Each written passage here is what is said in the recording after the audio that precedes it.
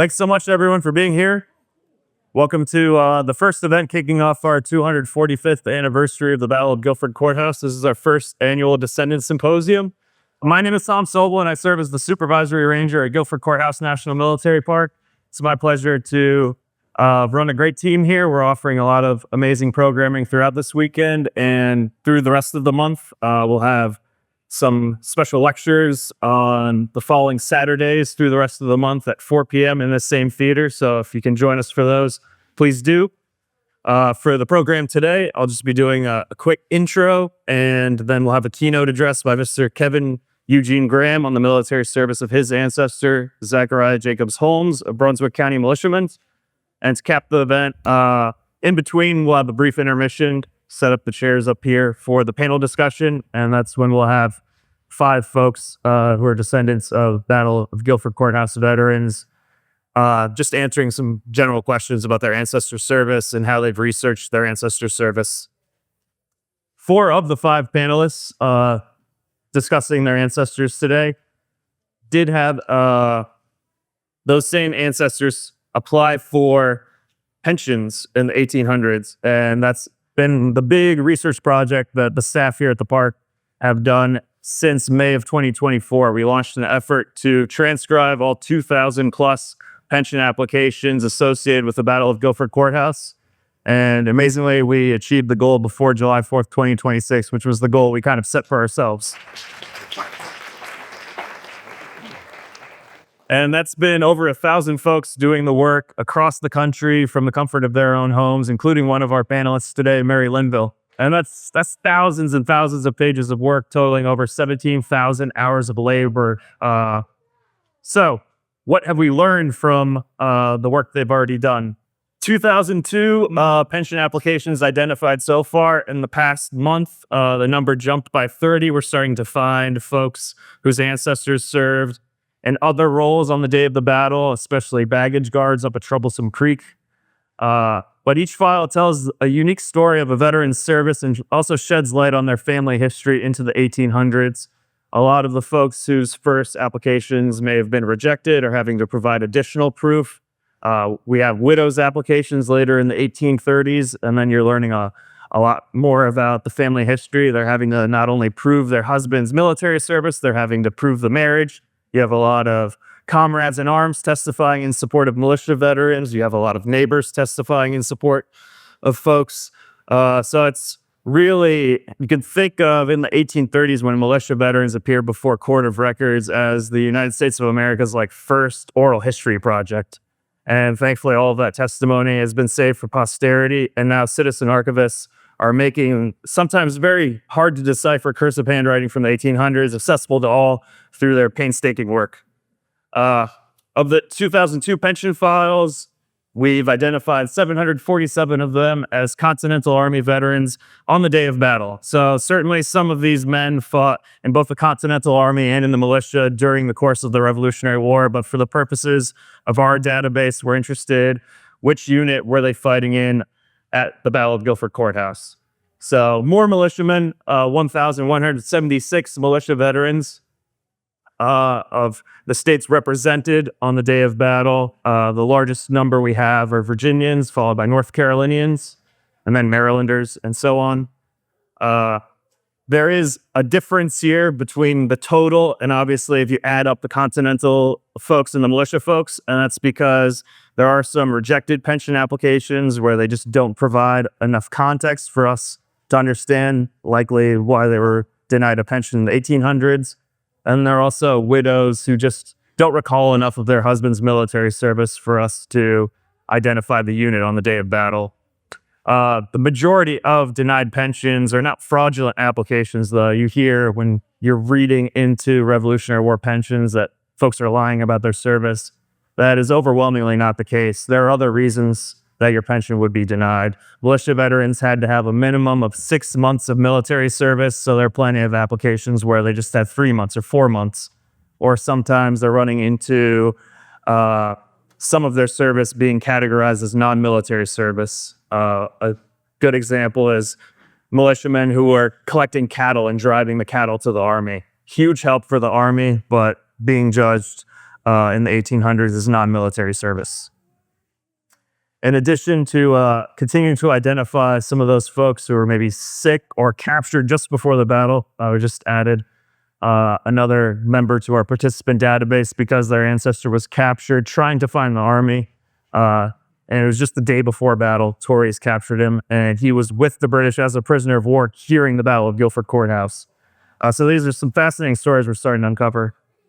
And then additionally, we want to find out about those stories of veterans who were discharged here at Guilford Courthouse just before the battle occurred. A lot of the veterans in the skirmishes just beforehand at Pyle's Defeat, Clapp's Mill, Weitzel's Mill. My first introduction to Revolutionary War pensions at the park came soon after my arrival. I became aware of an effort to identify as many African-American veterans of the Battle of Guilford Courthouse as possible, and really the best place in the historic record to find folks who fought at the battle is through these pension records. And through that work, we found over another 10 African-American veterans. We have over 40 identified African-American veterans at the Battle of Guilford Courthouse to date. And through digging into one of our Black patriots, just doing some online stalking, I found Kevin Eugene Graham and his family's genealogical website and the Lower Cape Fears chapter website, Sons of American Revolution. So now I'd like to introduce our keynote speaker, Kevin Eugene Graham. He's a native of Brunswick County, North Carolina, and a graduate of Elizabeth City State University. His parents are the late Malin Graham Sr. of East Arcadia, North Carolina, and the late Dora Jane Kelly Graham of Winnebago, North Carolina. Kevin was born in Wilmington. Mr. Graham is a proud descendant of not only Zachariah Jacobs, but also two other Patriot ancestors, John Blank Sr. and Shadrach Chavis, all of whom were free men of color from Brunswick County, Bladen County, and New Hanover County, respectively. On February 21st, 2020, Kevin proudly accepted the position of president of the Lower Cape Fear chapter of the Sons of the American Revolution as the first African-American to hold the office. Kevin's research as a historian and genealogist has focused primarily on free families of color from the counties of Bladen, Columbus, New Hanover, Robeson, Pender, and Sampson prior to the Emancipation Proclamation of 1863. Kevin, thanks so much for being here. I would like to begin by thanking the staff of Guilford Courthouse National Military Park, Ranger Supervisor Tom Sobel, my panelists, my family and friends, and all of those brave patriot descendants who actually fought here.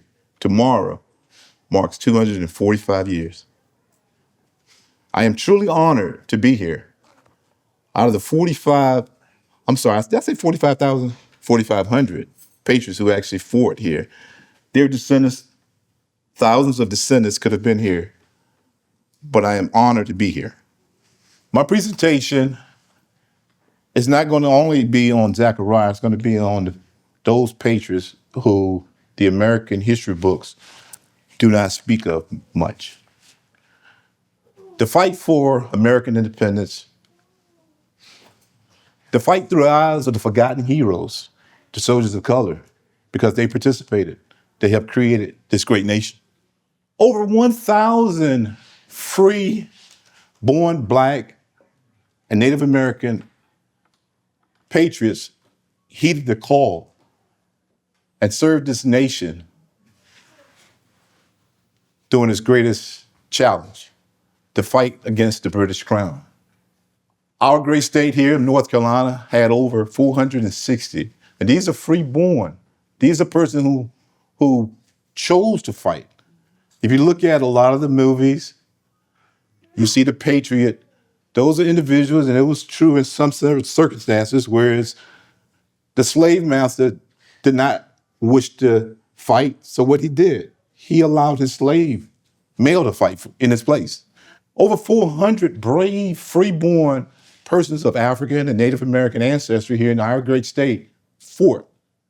I have identified at least three as being my patriot ancestors. The first is Shadrach Chavis. He fought in the Bladen County militia, as well as John Blank Sr., who fought in the Bladen County. This presentation is going to basically speak of Zachariah Jacobs' home He actually fought in the adjacent county of Brunswick County militia, as well as the Continental Line. Zachariah have descendants throughout the whole state of North Carolina. His descendants probably to this day identify either as Black, white, or Native American. That's the great person that he was. His descendants go on to be business individuals, lawyers, doctors, military personnel, etc. Zachariah Jacobs was my third great-grandfather. Once again, he served in the Brunswick County militia and the Continental Army. Zachariah Jacobs, freeborn man of color, was born in New Hanover County, North Carolina, April the 10th, 1753. In 1753, that's a somewhat image of our great state. We had 20 counties. Can anyone tell me how many counties we have today? Wow, A+. We have 100 counties. We came a long way from 1753, from 20 counties to 100. Also, I want to speak of when you're doing genealogical research, you want to make sure you identify the right person.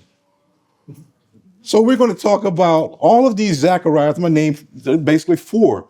All of them are blood related. All are blood related, but I want to identify the correct, because when you're doing genealogical work, especially events like this, you want to make sure you got the right ancestor, okay? The first Zachariah Jacobs was born, I want to speak of colonial, in North and South Carolina. He was born in about 1790. It could be 1789, it could be 1791, but roughly about. He was born in New Hanover County. He was a cousin of Revolutionary War Zachariah Jacobs. He eventually moved from New Hanover County, Brunswick County, then to Robeson County.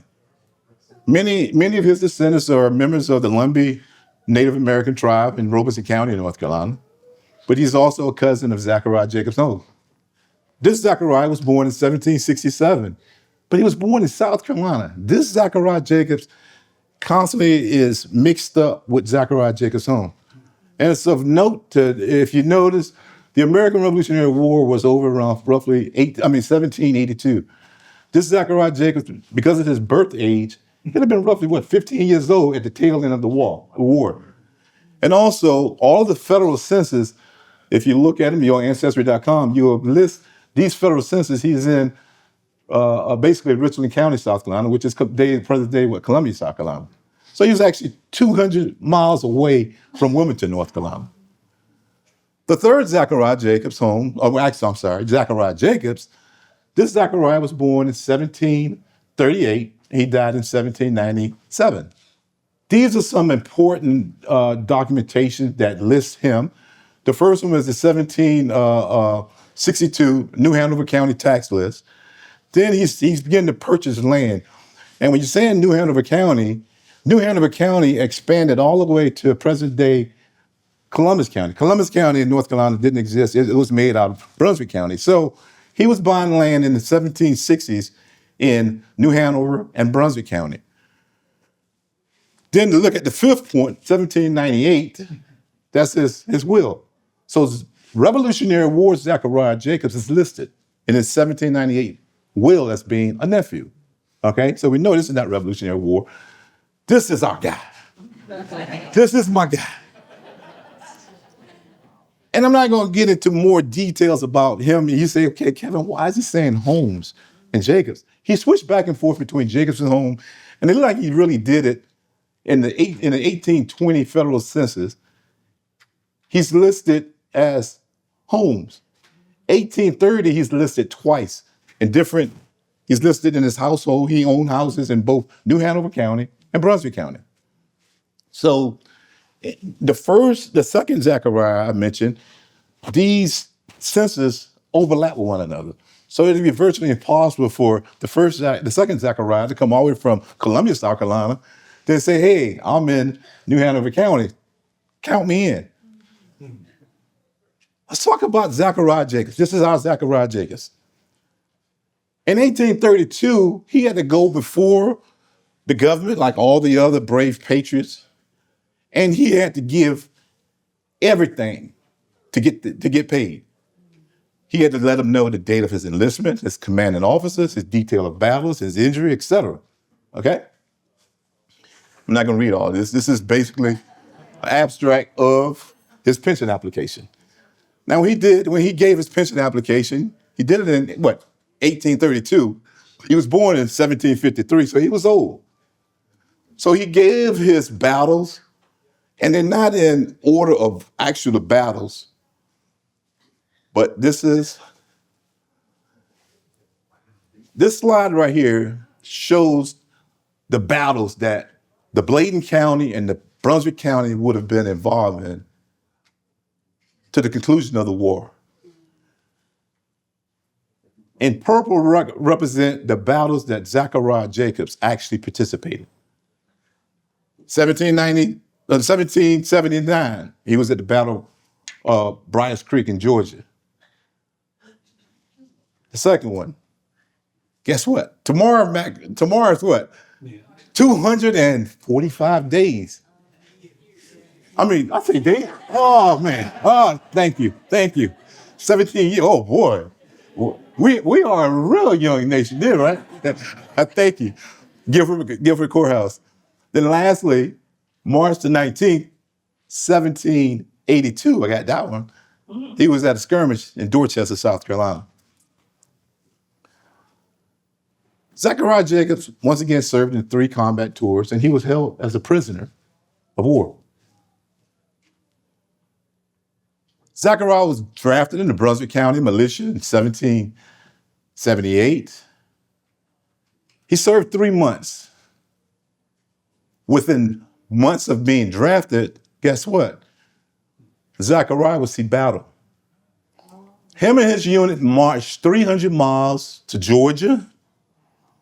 There, his unit was surprised and defeated by the enemy. Zachariah this is in his pension application. He says all of this. He made his escape back home to Brunswick County. Unfortunately, many of his fellow comrades drowned crossing Bryars Creek.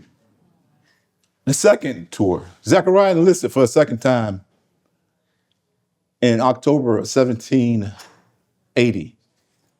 And within months, he would see battle. He and his militia unit, marched west. The route I would assume he would have marched would have been present day 74, 76. There in his pension application, he stated that he actually met up with General Nathaniel Greene beyond the Great Petey River. 245 years ago, not days, 245 years ago. 4,500 brave patriots stood where we stand today on these sacred grounds. Their participation, that battle, helped shape the American history. On March 15th, I'm not going to read all of this, but March 15th, 1781, under General Nathaniel Greene, there were 4,500 soldiers here. General Greene came up with a strategy. Down to the bottom, you see the British forces. So what General Greene wished and desired in his battle strategy was to place the North Carolina militia, including Zachariah Jacobs, on the front line. That would have been the brunt of the British force. So the North Carolina line would have absorbed the major blow. So what General Greene wished from North Carolina, instructed to all his soldiers on the first 2 lines, he wanted them to at least fire at least 2 shots before moving back and joining with the Virginia militia. At that point, that line both were asked to shoot 2 times, then move back towards the Continental line. After the battle, the American casualties were listed between 70 and 80, with 183 wounded.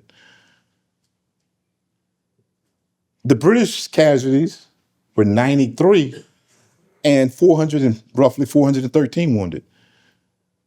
This battle set the British back. They never fully recovered.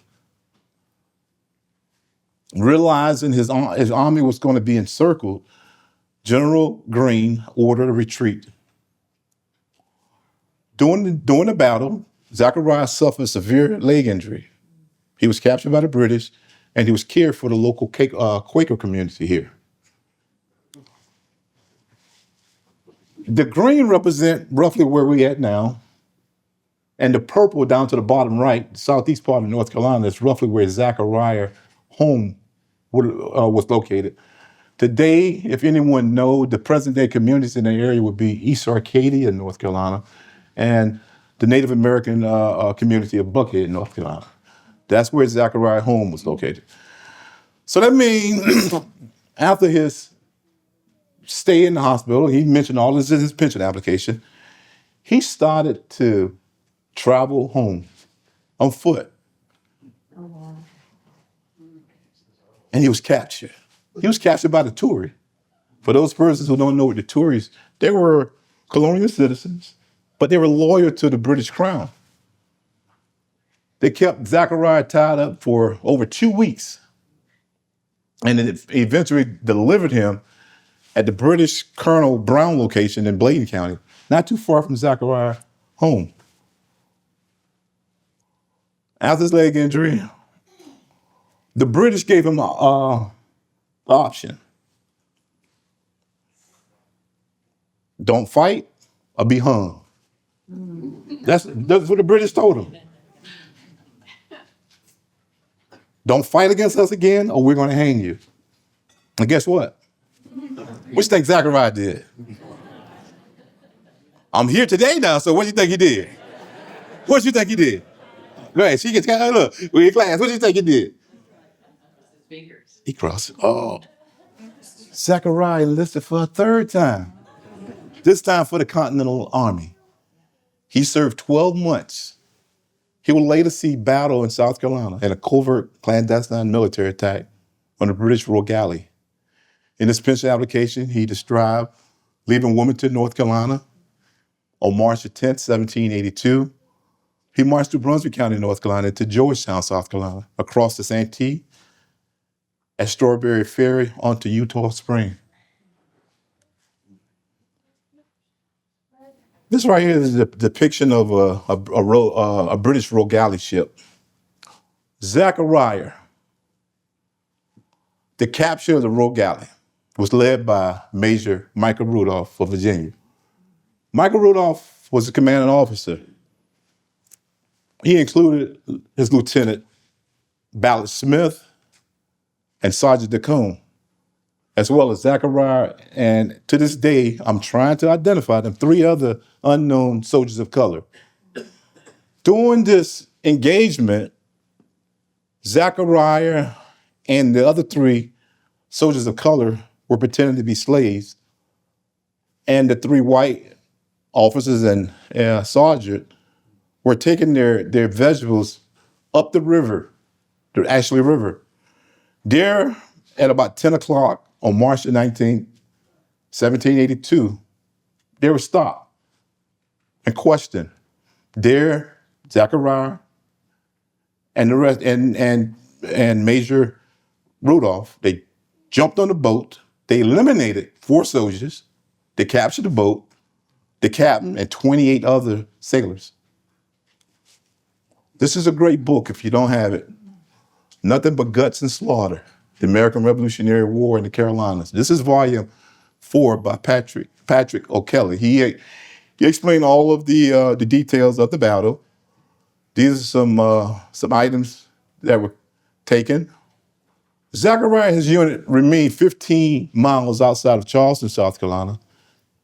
He stayed there for 12 months, to the end of his 12-month enlistment, plus additional 2 months. Afterwards, Zachariah marched back to Wilmington, North Carolina, and he was discharged for military service the week before Christmas in 1782. Let's talk about life of a soldier of color after the war. This is the American Revolutionary War. I just told you about Zachariah is only a small fragment of those 1,000 plus patriots who actually participated as well of color. They resettled their lives as citizens. They purchased land. Then they had to register to the local municipalities to walk in public because they were colored. They were free, but they had to pay. Some of these former soldiers and families actually relocated. I got cousins who relocated to the country of Canada in the 1800s. One example of the harsh treatment of these persons, Revolutionary War veteran Promise Jacobs, who was the brother of Zachariah Jacobs, 29-year-old son, Matthew Jacobs, bound himself to his, which is a friend, a neighbor. He bound himself out for life to his neighbor. Within Zachariah's lifetime, he saw 3 military tours, helped as a prisoner of war, saw the birth of a new nation. Then in 1835, he and other soldiers of color would see the government take away their voting right. At the time, they were able to vote for presidents of the United States.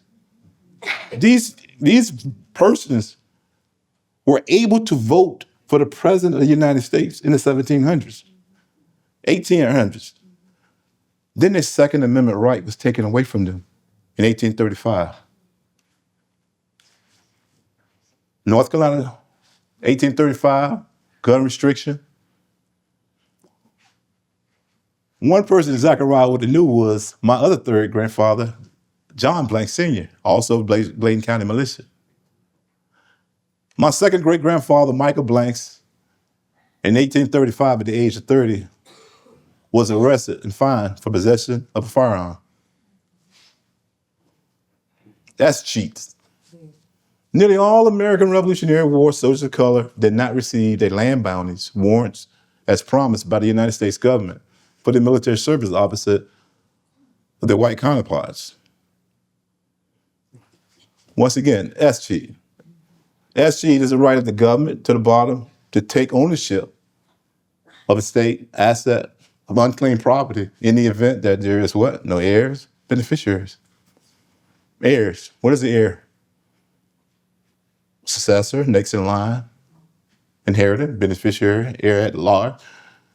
So basically, April the 12th, 1857, 10 years after Zachariah died, my third great grandmother, Sarah Jacobs, his next of kin, right? Her land bounty was denied. This is an excellent book right here. Black Experience in Revolutionary North Carolina. The university, not to stomp on the University of Chapel Hill, but the state of North Carolina took a lot of land bounties that should have been given not just to the Black patriots, Native American, but also white patriots. And that land was distributed to universities like the University of North Carolina. So I don't know. I mean, maybe a show of hands, maybe those persons who had Revolutionary War veterans who served. Do you know did your family ever receive their land bounties? Show of hands.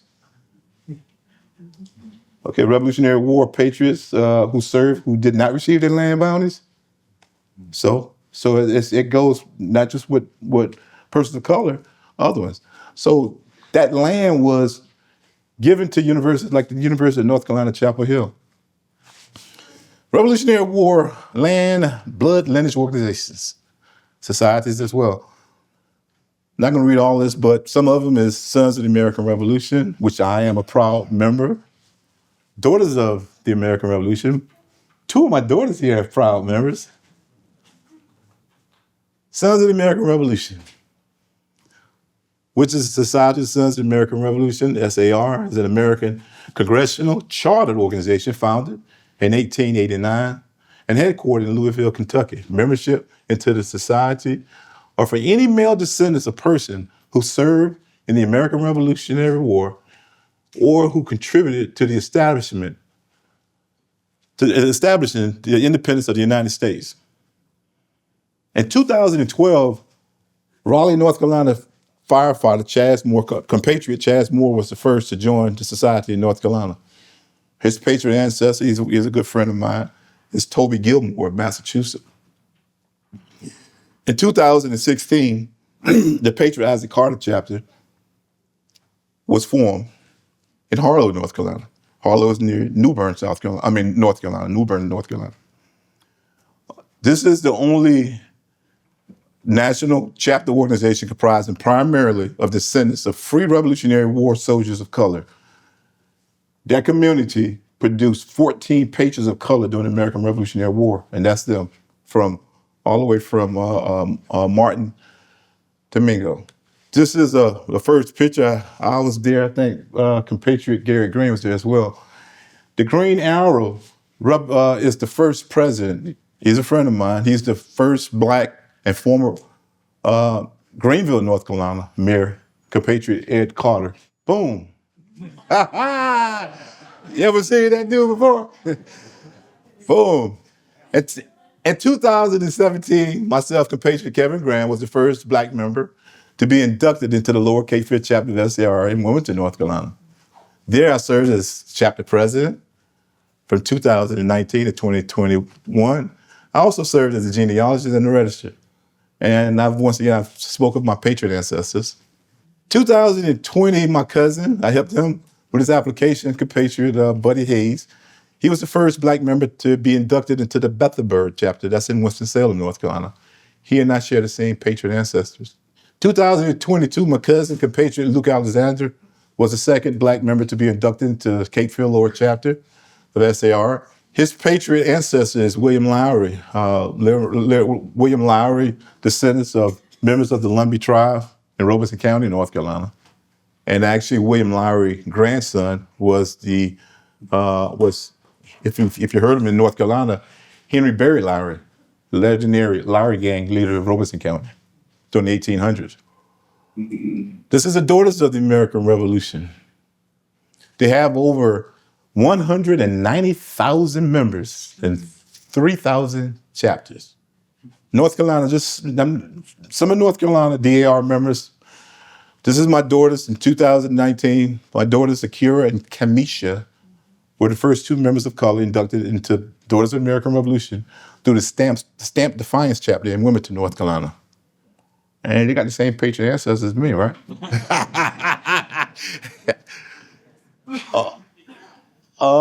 These are some more young ladies that actually this week I was on Facebook and I was like, I'm doing a presentation. This is a very important presentation. I need to know some other young ladies of color who joined the DAR. And these are some young ladies that I uncovered. Diana Durham, I talked to her actually ancestor actually fought here. I talked to her. I was on the internet last week and I'm like, look, I'm supposed to be working, but I'm on the internet and I'm like, okay. And she's like, look, my ancestor fought at the Battle of Guilford Courthouse. And not just that, another one of her ancestors just got a person of color, Abraham Brown SAR chapter in Virginia. Some notable Zachariah Jacobs Holmes descendants. After this presentation, I'm going to get hungry. One is Zachariah Jacobs' sixth great grandson, my great friend and cousin, Christopher William, entrepreneur, owns a restaurant at 2109 New Garden Road. It's called Lockwood Tavern. So if you're hungry now, you need to let us know because we got a list. Chester McLaughlin. Chester McLaughlin was born in Nugget in 1969. He actually, unfortunately, died in 2011. Chester was born in Whiteville, North Carolina. He played football at Clemson University in South Carolina. Then he went on for 12 exciting seasons in the National Football League, NFL. He played for the Oakland Raiders, Kansas City Chiefs, Denver Broncos, and New York Jets. Tamara Todd Young, sixth great granddaughter, Zachariah Jacobs Holmes. She actually attended high school, the same high school that Michael Jordan attended, Laney High School. She went on to attend James Madison University in Virginia afterwards.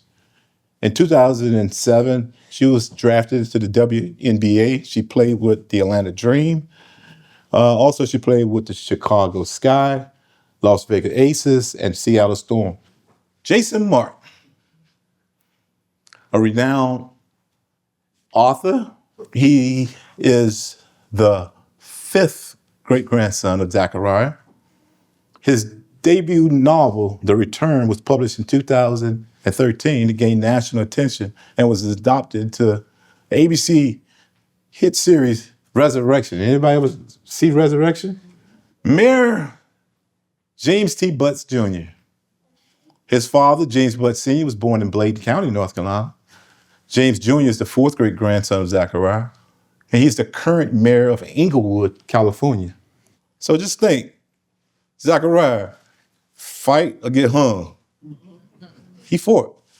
All of these persons wouldn't be here if he would have been hung. Stedman Graham. All of you may know Stedman or seen Stedman. He's a businessman, educator, author. Stedman is on the same generation as I. He's the third great-grandson of Zachariah Jacobs Home. North Carolina highway marker. Everybody know what a highway marker is? Oh, okay. In North Carolina right now, John Chavis is the only Revolutionary War soldier of color to receive such honor. I mean, for the state of North Carolina to give you one of these, I mean, you contribute tremendous effort and history to our great state.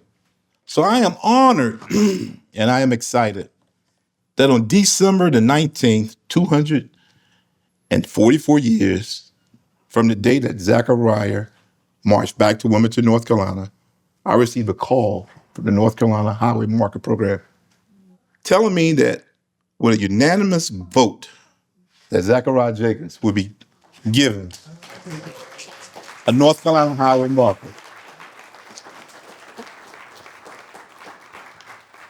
This marker will be placed in Wilmington, North Carolina, this very city that he marched from to fight for this country after marching back from South Carolina. It will be held March the 26th, which is the 26th of this month at 9:30 a.m. in downtown Wilmington, North Carolina. The city just built a brand new library, so the marker is going to be on the corner of 3rd Street and Gray Street.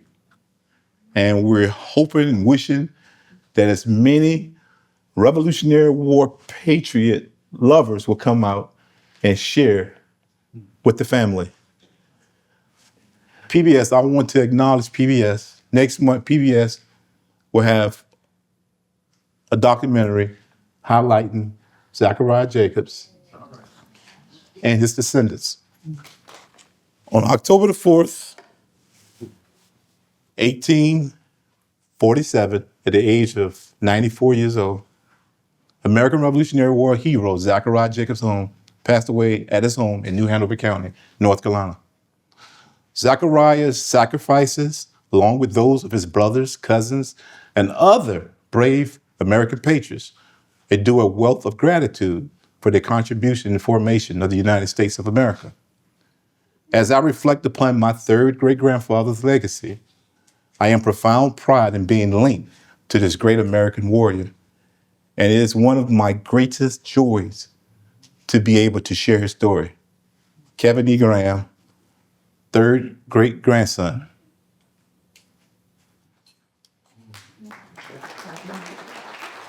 Thank you.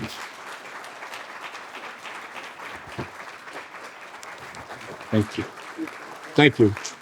Mary Linville, as I mentioned, one of our volunteer citizen archivists.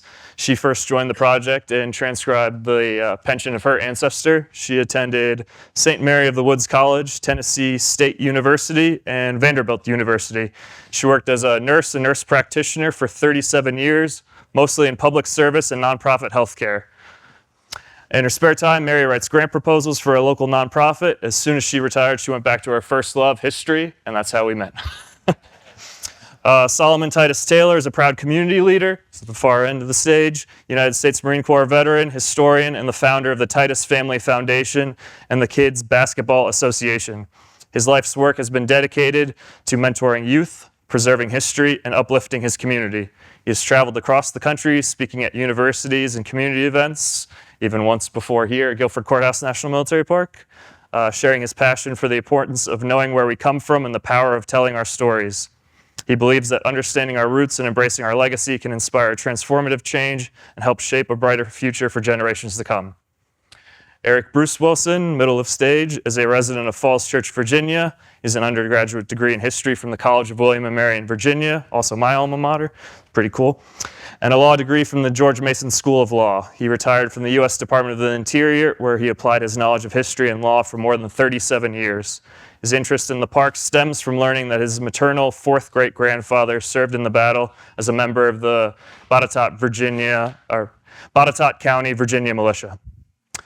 John Forbes, first elected as mayor of Greensboro in 1981 and served until 1987. He's been a longtime park supporter, a Greensboro resident. His ancestor, Captain Arthur Forbes of the Guilford County Militia, was mortally wounded in the battle. And Arthur Forbes was the inspiration for the very first monument dedicated on the battlefield long before it even became a national military park in 1887. Thanks so much to the panel for being here. Who was your ancestor who fought at Guilford Courthouse? Please describe their service in the Revolution. Well, my fourth great-grandfather, Edward Darnell Arvin, was the one who fought at Guilford Courthouse.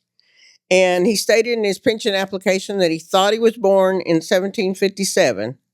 And he joined the Continental Army in 1779. But previous to that, he had signed up with the Maryland militia in 1776.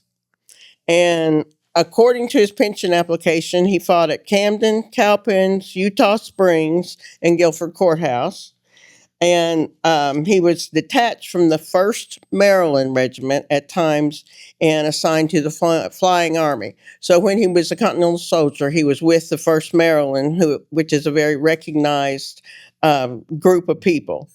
And he sustained 2 wounds at Guilford Courthouse, one in the hip and one in the small of the back. But he was also wounded at Camden. He sustained a wound in his shoulder, which became a disability and hindered his ability to farm later on. And he stated in his pension application that it was with a spontoon wielded by a British officer, and he shot and killed the British officer after the wound. He remained in the Army till the end of the Revolution, and interestingly, he received a bounty when he went in, $50 in Continental money when he was at Petersburg, and $40 in good money at Annapolis when he was dismissed. And he said that was all he ever received. And he went on to marry Sally Paget, and they had at least 9 children. He married, after she died, he married again, and they had another one. He was a farmer in Maryland and eventually moved to Loudoun County, Virginia, where he lived when he applied for his pension. He was 76 years old and 9 months, give or take, when he applied for the pension, and he received $350 in back pay and $100 a year. And we found him on a pensioner census in 1841 at age 85. Well, my maternal ancestor was Matthew Amyx. And how is that spelled? Well, it's Amyx, but that's how it's spelled how it's spelled now in 19th and 20th century terms, and now 21st century now. And there are several other name variations based on how his surname was heard and inscribed. I have a list on another piece of paper, which I can show if you're interested in all those various spellings. According to his pension records, Matthew was a rifleman with the Virginia militia from Botetourt County, Virginia. And that was once part of Augusta County, and that county ran all the way to the Mississippi. Matthew was 28 years old, and he was a farmer and had a wife, and he had children. He had 5 children, 5 children in total, and that was from 1772 to 1778, and one in 1784. Okay, so 3 years after the battle. Of course, it wasn't all that old. He and his brother Samuel, militia neighbors mustered with other Virginia militia forces and marched in late February 1781 into North Carolina. Once in North Carolina, they skirmished twice with Cornwallis forces before the battle here at Guilford Courthouse. Clapp's Mill, as you've referenced, Tom, and Wetzel's Mill. Thanks to Ranger Tom Sobel, I learned that Matthew and his remaining Botetourt County riflemen were on the first line and on the right, assigned to sharpshoot in support of Washington's cavalry, or light horse. Matthew was shot in the left arm between the shoulder and the elbow. His left arm and hand were useless, incapable of manual labor for the remainder of his life. A disabled veteran, unable to farm, or sustain his family. And I'll leave it there for now with some other details. Sir. Oh. Thank you very much. Yeah, I was, it hadn't been a good day. I think the dog ate my notes. I came, and so I'm here just sort of winging it. And I really want to thank Tom and the staff for inviting me. My ancestor, Arthur Forbes, was a colonel by records. He was in the militia. He wasn't in the regular army. And he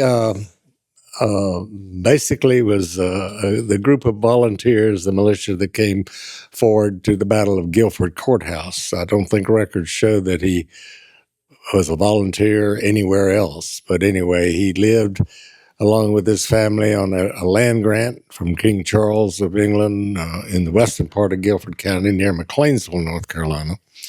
And his family and all the people that, were important to him lived around him.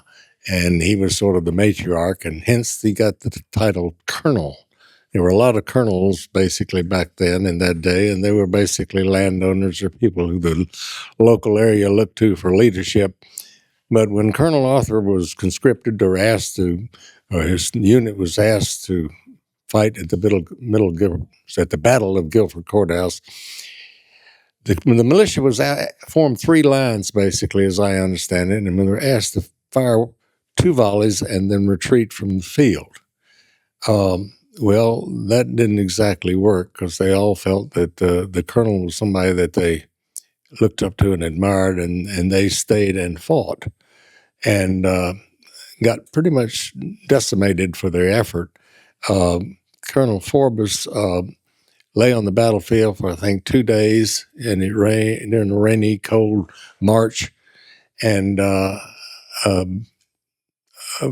Tory sympathizer came through the battlefield, found him laying there, and ran a bayonet through his wounds. He was wounded in the side and in his leg at his knee. And anyway, his neighbor, in combing the battlefield the day after the battle, found him laying there, put him on a horse, and horses were just running all over the place, as you imagine, from the battle.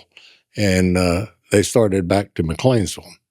And he got, I think, probably back where Wendover became, sort of where the big plant now that Publix is built, and past his wife, who was going to the battlefield. She was a wily to find him. And she met him and didn't recognize him because he was emaciated, lost a lot of weight, and, pretty battle-worn, as you could imagine. And he recognized her And about 15 feet after he passed through, he said, "Do you not recognize me?" And she turned and took him home. He lay in bed for a couple of days and then was treated by Dr. David Caldwell. And Dr. Caldwell said that, well, if we can amputate your leg, you'll live, you'll be fine. And he said, no, I don't want my leg amputated. I want to die in one piece. And so he denied the treatment or the surgery. And I think 4 weeks later he died. But he was he was quite the gentleman. He's my great grandfather, and I've always enjoyed talking about him and interested in his story and what he had to share. Good job.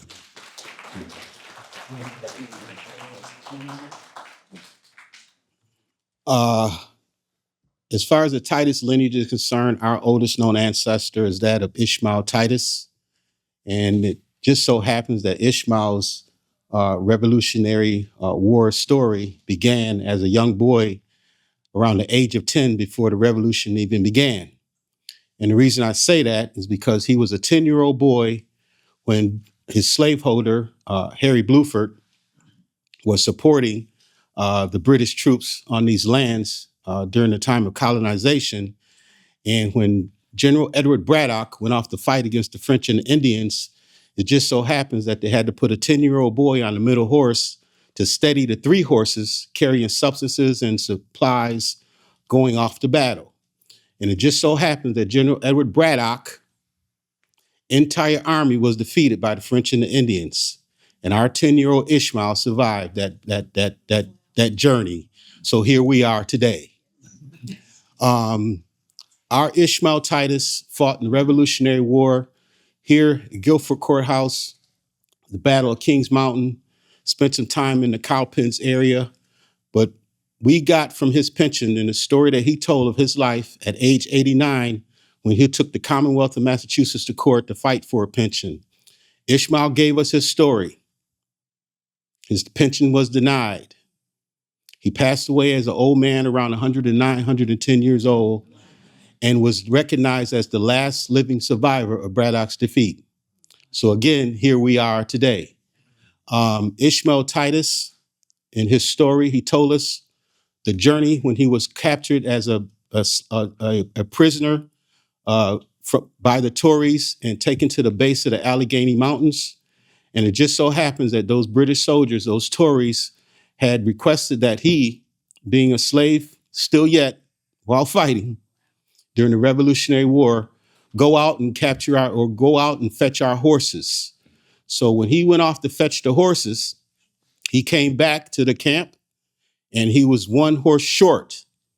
So as he was being 1 horse short, the other fellas or the other soldiers, patriots that were captured with him, one just so happened to be his colonel.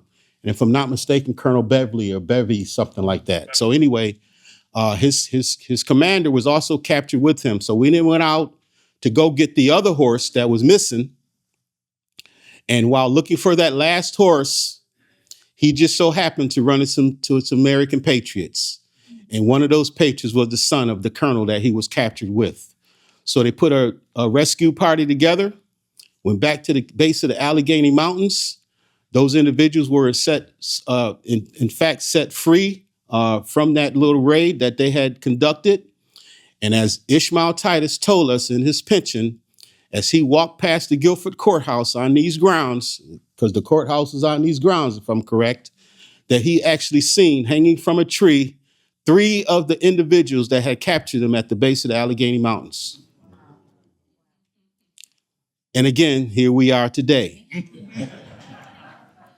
So again, it's been a long journey for us, understanding Ishmael's story, and especially learning his story from the time that he was a child. Being born into slavery in Amelia, Virginia, as a baby, being born into slavery. Heard what I said now. Being born into slavery in Amelia, Virginia. Sent off to war in support before American Revolution. At 13 years old, sold from his family to the Murr family, right along somewhere along the Deep River. I think there's an area called Deep River around here, right? He was living on Deep River. And from that time, he grew to a young man. And as a young man, sold again to a family by the name of Lawrence Ross, the Lawrence Ross family. If I'm not mistaken, Lawrence Ross had about 6 or 7 slaves. So it just so happens that when Lawrence Ross was owning Ishmael Titus, the Revolutionary War is breaking out. Lawrence Ross said, no, I'm not going to fight. He marched Ishmael Titus down to the courthouse and said, Ishmael will fight in my place. Thus, Ishmael is now thrust into the Revolutionary War. And again, here we are. So that's his story. It's never ending, and it's changed us for life as a family of the Titus lineage.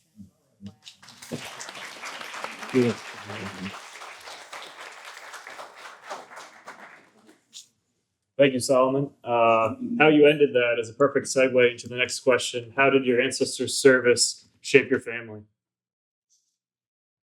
Okay, I guess I have the mic. Our ancestors' service that shaped our family is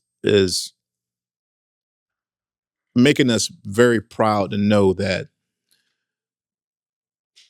after I uncovered this information, it's not something that the history books speak of.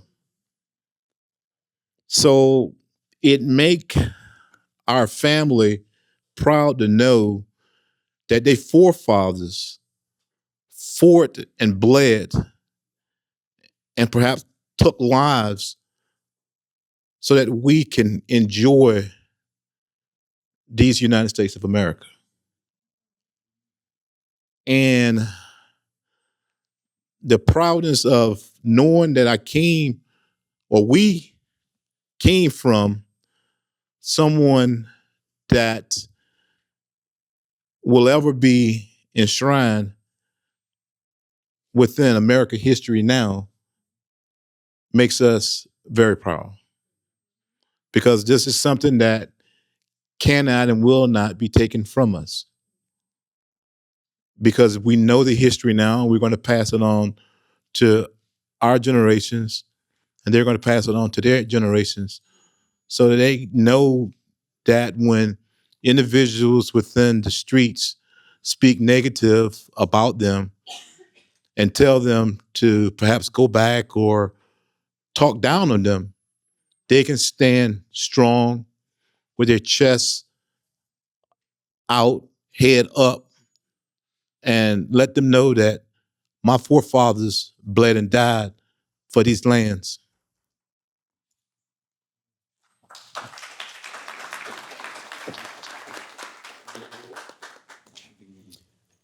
Well, my grandfather's service is a part of our family history, and it's part of the stories that we tell. And I think that all the members of the family that are familiar with it are very proud. We have had a lot of our family serve in the armed forces. 4 of Edward and Sally's sons served in the War of 1812, and many people have served after that, and also with the peace services like the Peace Corps and the National Health Services Corps and Vista. Also, with a little twist of fate, he wouldn't have had any impact on the family, because if that British officer had a little better aim, there wouldn't be a family. And to have sustained the wounds that he sustained and survived, it means to us was a very strong man and a resilient man and probably a smart man. And we hope that the kids will take on that as part of their identity, knowing that it's in their DNA to be strong and resilient and committed. And of course, the financial impact for a man who had a lot of financial problems after the war has been good. And the land grants from the War of 1812 too have been very important to our family. I could go on, but I think those are the ones that come to mind first, and I hope you all share them.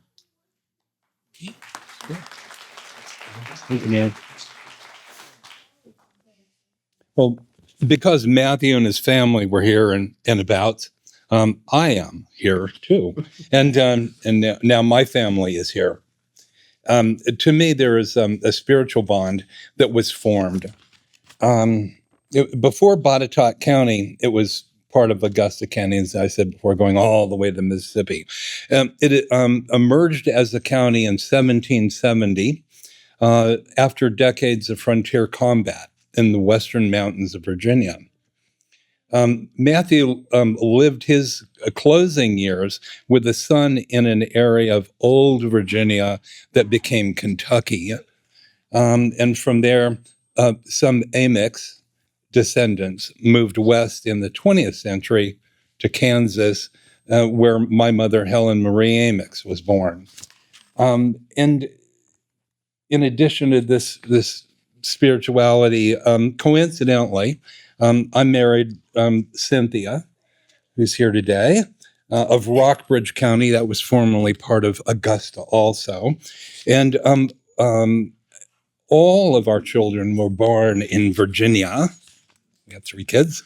And our baby daughter and her family live here in Guilford Courthouse. County. I'm sorry, Guilford County. Not in the courthouse. Okay. But that's enough.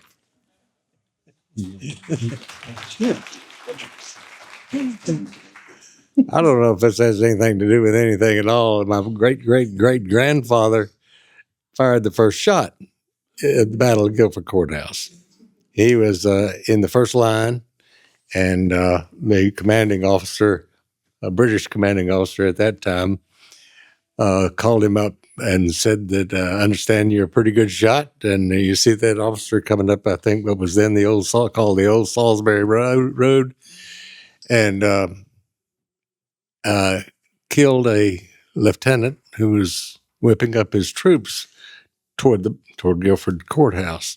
And I think since that time, I guess the family has always felt that they had a obligation to lead, to not necessarily to be in charge, but to basically ask that the people around him take charge of their lives and move forward. And that, I guess, is a pretty fair definition of leadership.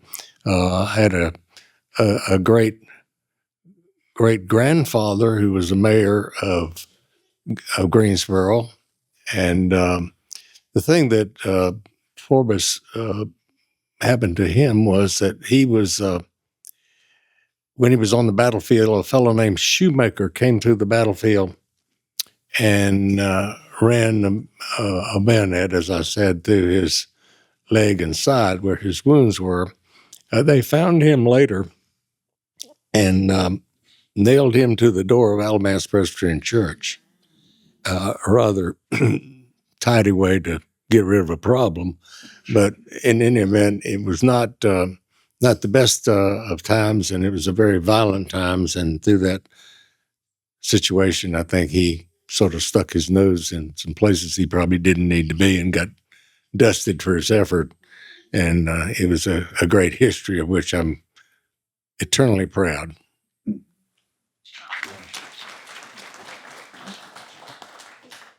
Just for clarity, could you repeat the question for me, please? How did your ancestors' military service shape your family?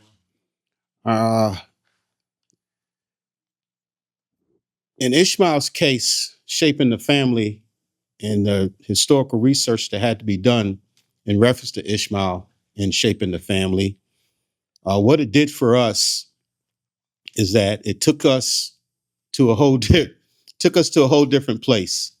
And what I mean by taking us to a whole different place, I received information as a young Marine from my grandfather based on the Titus lineage, and I acted on that information 12 years after my grandfather had passed away. So what ended up happening in that research, I was actually looking for our African, knowing that we were on these lands, we're African Americans on these lands, and we had to come from somewhere and somebody. So we uncovered Ishmael along the way. But what it did for our family in finding Ishmael here on these lands before America became America, it took us back across the Atlantic. And what it did was we found our Africans, meaning that we are the tightest family of Africans here in America that dates back to the 15th and 16th century of the Jollof Empire.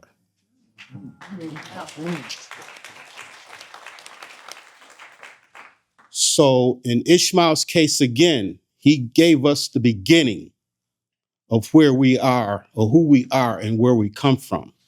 And then between the years of 1810 and 1845, listen to what I'm saying now.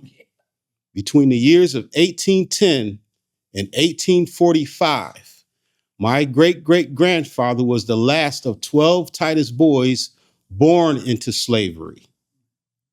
The last of 12 Titus boys born into slavery.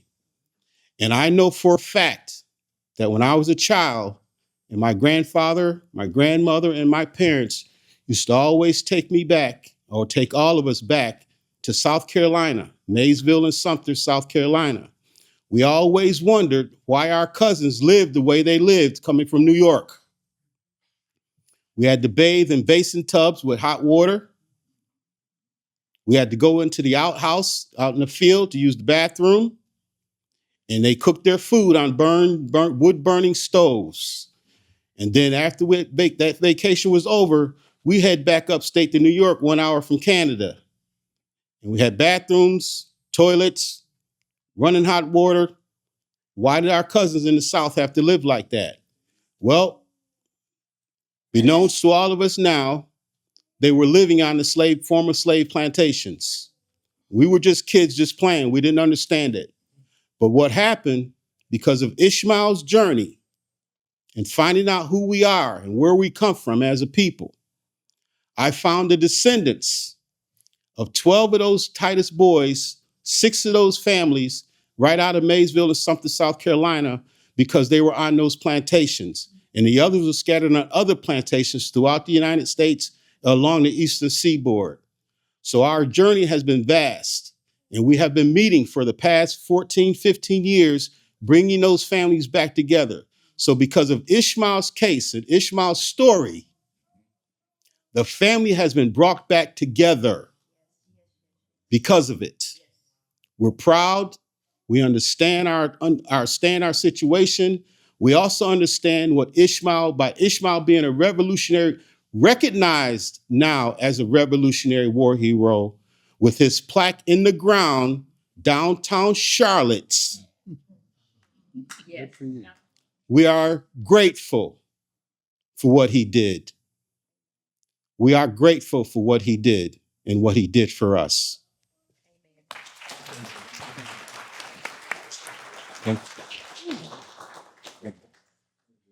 I love this career so much because we're continuously learning, continuously researching. These descendants share that love of research and learning. Could be hard to nail down one, but if you could share a specific eureka moment in researching your ancestor, how did it change your understanding of your family's history? Ooh. Actually, my brother and I, as we were driving from Wilmington this morning, left about 4:30, and I talked to him about 15, 16 years ago. We went to a family reunion. After graduating from high school and college, this information wasn't available, not to me or none of my other family members. And 15 to 16 years ago, after that family reunion, it was curiosity. I went to Ancestry.com, tried the first free trial with Ancestry, got hooked, got addicted. And I began to put my father and my mother's pedigree in. And all of these leads began to pop up on my father's side. And when I'm saying popped up, my father was born in 1915, meaning his father was born in 1854, prior to the United States emancipation. And his name popped up in those census. And I knew that normally persons of color should not have popped up in an 1860 census because slavery wasn't over until 1865. So not to get into the 1800s history, but it's that moment when I began to see all these leads pop up on my father's side that showed that all of his ancestors were free people of color in this country. They were triracial, European, blacks, and Native American ancestry. And I began to see that my ancestors were purchasing land in the 1750s in this country. And I'm finding records of them as early as the 1600s in this country. So that awakening was momentous to me when that part of my history that I never knew anything of, the light bulb just went past 100 watts. It was like, I mean, I would wake up on the computer on Ancestry. My wife would go to bed and I'm on Ancestry.com. And I'm like, this is not going to do it. I got to join another platform too.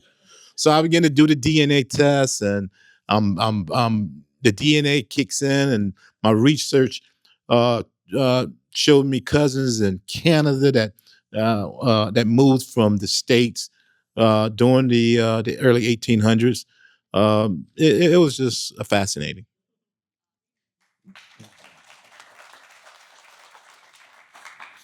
Well, I don't think I can narrow it down to one, but I can do just two. And to me personally, being a nurse, I think when I learned about both my grandfather's wounds and the state of medical care at the time, it was just astonishing that he lived, especially from that hip injury. And then I realized, he was different than what I had thought he was or always thought of him. And then I have a cousin, I have a lot of cousins, and I I have a cousin who is a certified genealogist, and I talked to her about him and this program, and she had so much admiration in her voice when she talked to me, and she's much younger. And that meant a lot to me because I hope that some of our research will impact young people and children. So there were two things. And as a bottom line, I'd always thought of our family as pretty ordinary. But there was nothing ordinary about my grandfather. And he was an extraordinary man in extraordinary circumstances. So that's my short answer. Thank you, Mary. Well, my grandmother had spoken of Matthew being from Botetourt County in the 1700s. And by that, I knew his name. And I found county history that led to mention of Matthew's service in the battle here.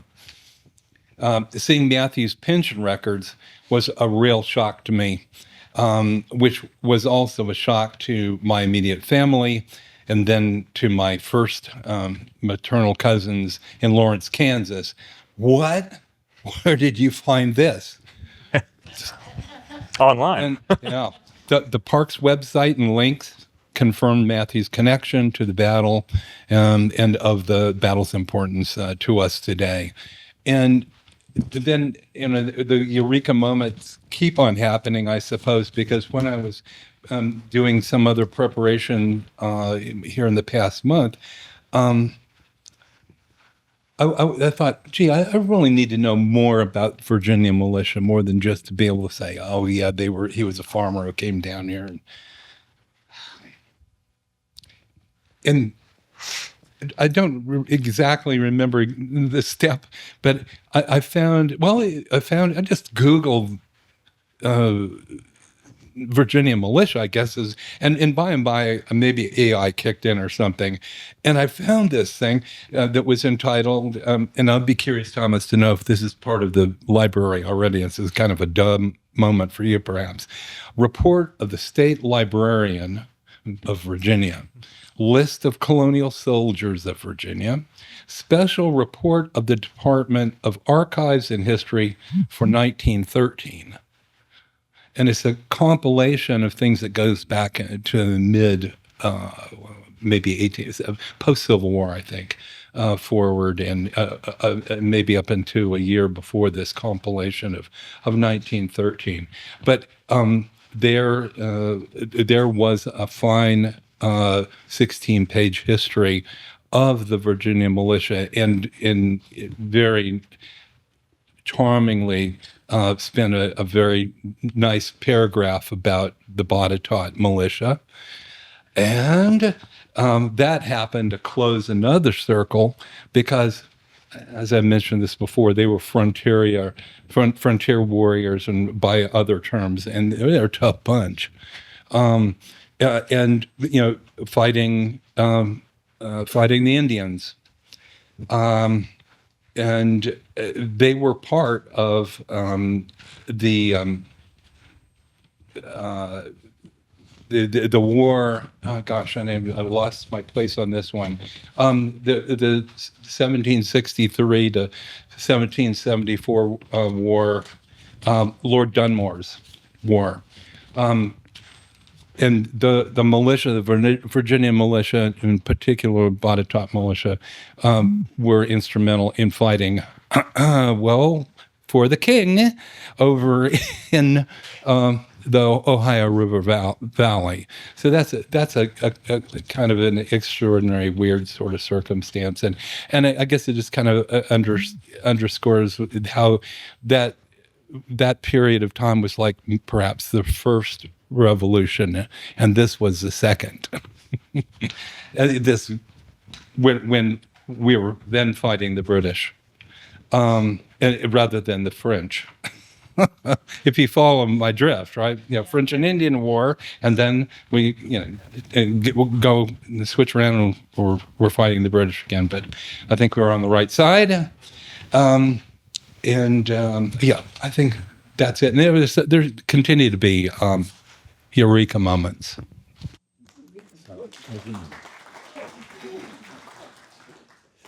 Yeah, I guess I grew up every spring. My family would move to our farm out in eastern Guilford County.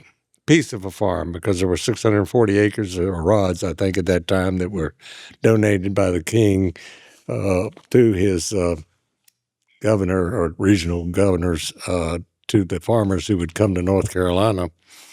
And I hated that farm. All my buddies were going to the beach and going swimming every day and playing baseball, and I was following a row of beans or corn, picking, and my father would get in his car and go to work every morning, and there I was. We had 2.5 acres of tobacco. We had 14 Hereford cattle. We had 200 chickens. We had 12 guineas, 5 pigs, 12 turkeys, and guess who lovingly raised all of them. Anyway, I think that history has really sort of been bypassed in the sense that it's not a major offering in the schools anymore. We don't honor the people who brought us to where we are, and we're not cognizant of all the trials and tribulations that normal people went through at that time. And to me, that was very sad. Right after I graduated from college, I came home one weekend, and my father donated the cap that my great-great-great-grandfather wore in the Battle of Guilford Courthouse, and his sword. And keep in mind, he was the militia. He was a farmer. He wasn't a Continental Army guy. And I remember taking that sword as a child, and he used to throw it at trees.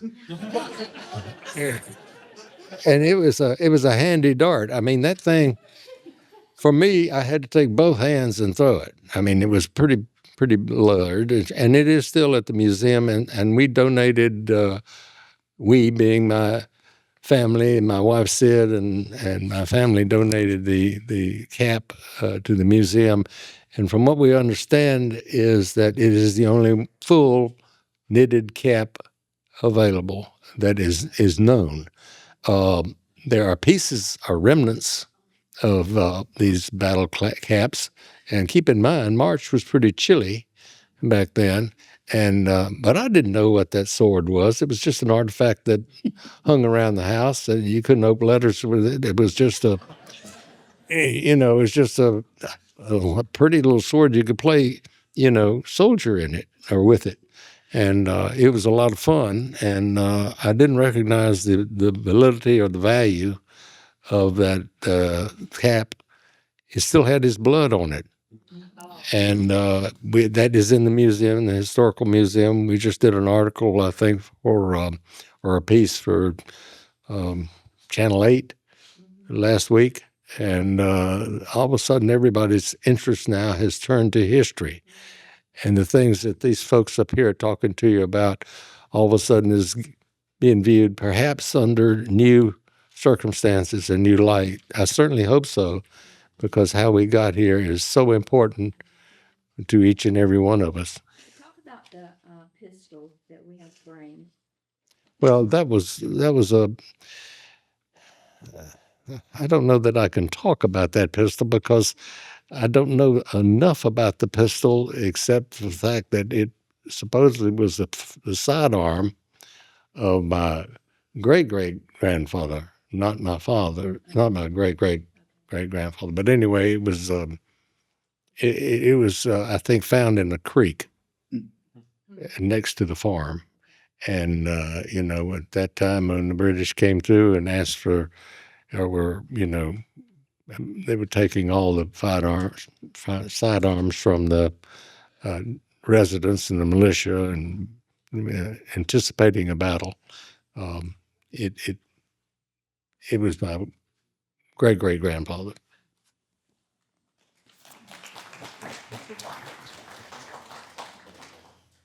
Eureka moment, huh? Okay.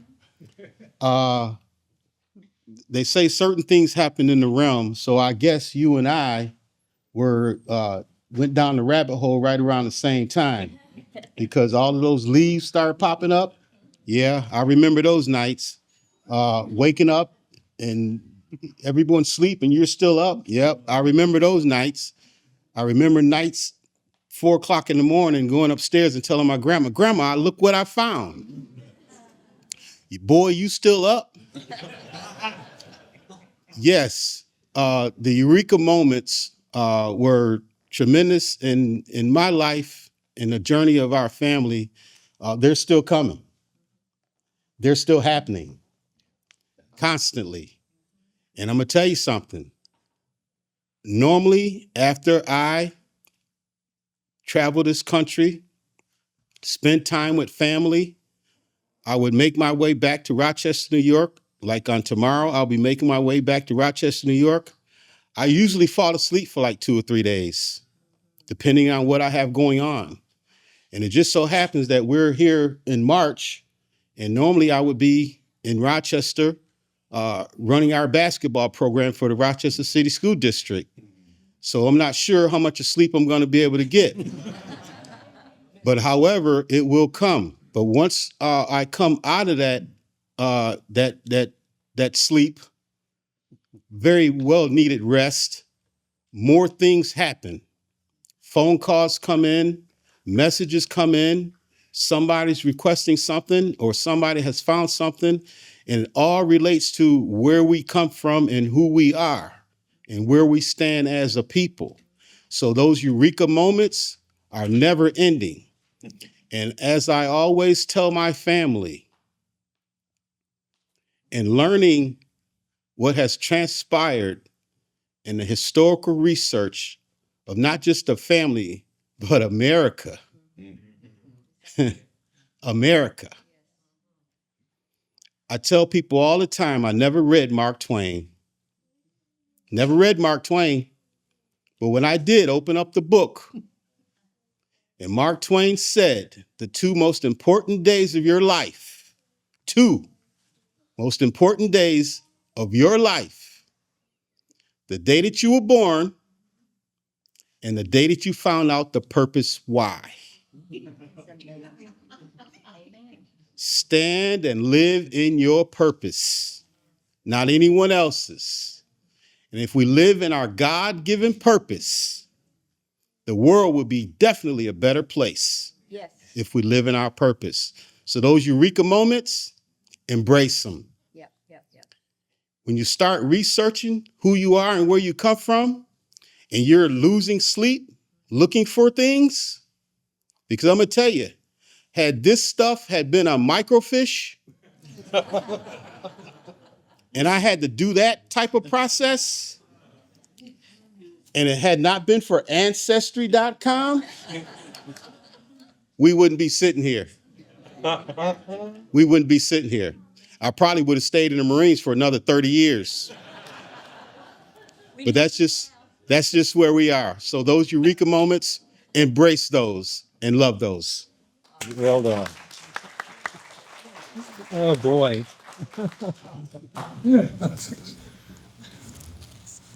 Final question. To summarize, what does your ancestors' story mean to you today? Proudness. Knowing that out of the different choices, his first tour, he was drafted, understand. Second tour, he enlisted. Third tour, he enlisted. Then he was captured. And he could have easily promised the British that he wouldn't fight again. So it makes me proud to know that one of my patriot ancestors who fought here tomorrow, marking 245 years, he did it not only because someone drafted him, he did it willfully. He could have easily went back home. He was free. And for him to sacrifice his all for this country, once again, it makes me feel proud.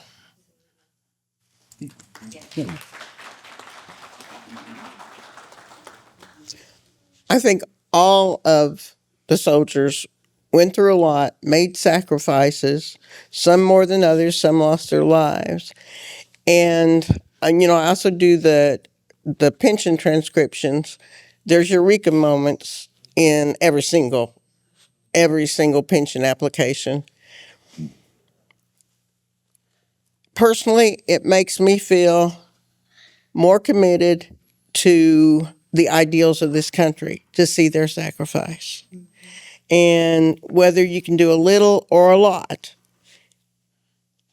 I want to do everything that I can to preserve the freedom and the liberty and the justice that they fought for. I think that everyone should, and with our love of history, we have the inspiration and the drive to do that.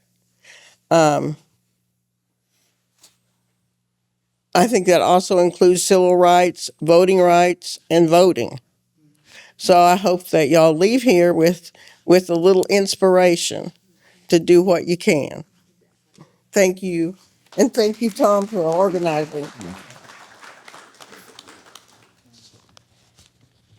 Well, Matthew's service underscores a part of my family's heritage in future battles. for freedom and dignity, enabling some of us to become Americans. And my paternal history is a whole other story. Scottish Highlanders and American Indians, a Nez Perce tribe, by the way, from 1838 forward. I'm sure that those ancestors, if they had known Matthew, would have acknowledged his service in eternal terms. And let's see, and to echo much of what has been said here today, learning history is essential. We must dedicate and rededicate ourselves to learning for the sake of our family and future generations. Very good. I think basically my father had probably as much influence over me as any individual. My mother was with me all the time. My father was never there. He was always working. And he taught me that there is no better life than a life of service. That if you give, you'll get back 3 times your effort and 3 times the value of what you give.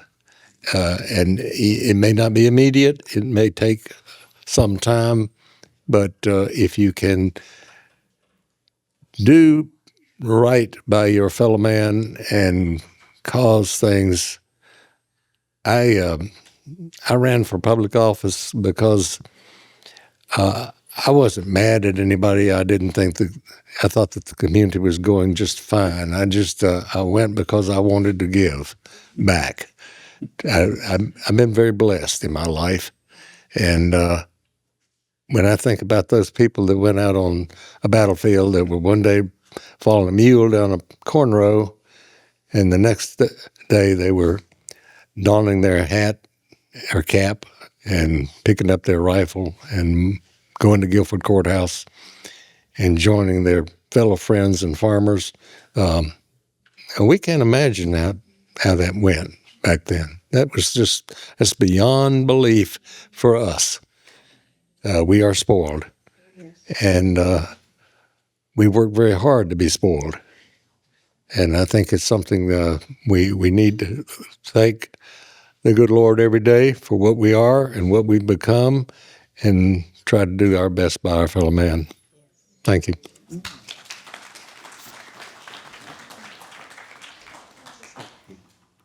Well, I am tremendously proud from the beginning of what took place on these lands in the survival of our oldest known ancestor. And the reason I say tremendously proud is because had I not listened and documented everything that my grandfather gave to me, and I was able to retain it, being a boy born in 1960 during turbulent times, being a boy growing up with turbulent times, knowing that we had to fight, they fought for civil rights. I was still a child, knowing that in my early school career, elementary, middle school, desegregation, learning that as a teenager and a young man at 18 years old, joining the military, my life would tremendously be changed, because as I was going through that process, the United States was going through the war on drugs, and a whole new change was taking place. Then Mr. Clinton came into office and other things changed. But being tremendously proud from the beginning is to learn, again, who we are, where we come from, but to also learn Later on in years, as a military man, learning again from the beginning, Revolutionary War, Civil War, World War I, World War II, Korean War, Vietnam, we've discovered and proudly say that we have documented over 101 Titus family descendants that have served this country in every American battle.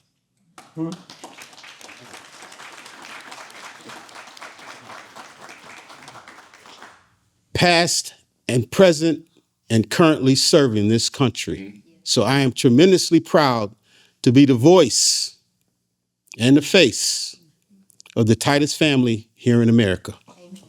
Well done.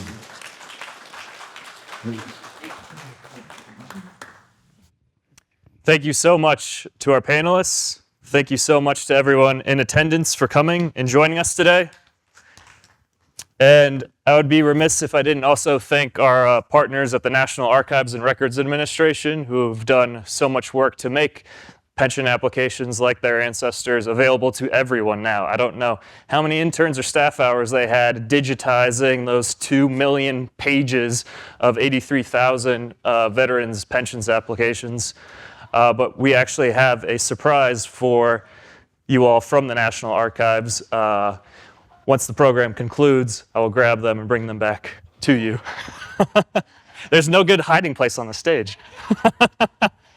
But again, thanks so much for coming out. This was an amazing program. As I said at the beginning, this is the first annual Descendants Symposium. So today's all about making connections. I have business cards. Happy to chat after the program with other descendants. We're looking for panelists for future years.